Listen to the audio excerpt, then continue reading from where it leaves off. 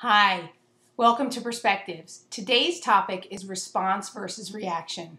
This actually came about from my children this morning. We had a big discussion on response versus reaction. My son pinched my daughter during breakfast, and he said, "It's not my fault." It's not my fault. I asked, "Did she reach over and take your hand and clasp your fingers together so that you would pinch her?" And so he said, "No." He said, "But she made me do it." And we started to have a discussion about response versus reaction, that he could respond differently, but he was reacting to the situation, reacting emotionally. And this topic actually goes in really well with the other one that I'm going to post together with it, which is the cause and effect. The reason is that when we react to something, we're at the effect of others, of the environment. How many times have I spoken to business owners and entrepreneurs who said, "Well, we're not doing well because of the economy. I don't have the right people. I don't have the processes in place." So there's always some other external reason and force as to why things are not successful for them.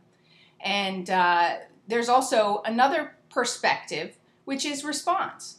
So instead of saying, "It's not my fault," the question would be to look introspectively and to say, "Okay, how can I respond to this situation? What does it mean? How can I use this?" So if a campaign is not working the way that I want it to use in my business, what does that mean? What elements do I need to look at? What can I learn from this? And some of these techniques we'll be using in other series.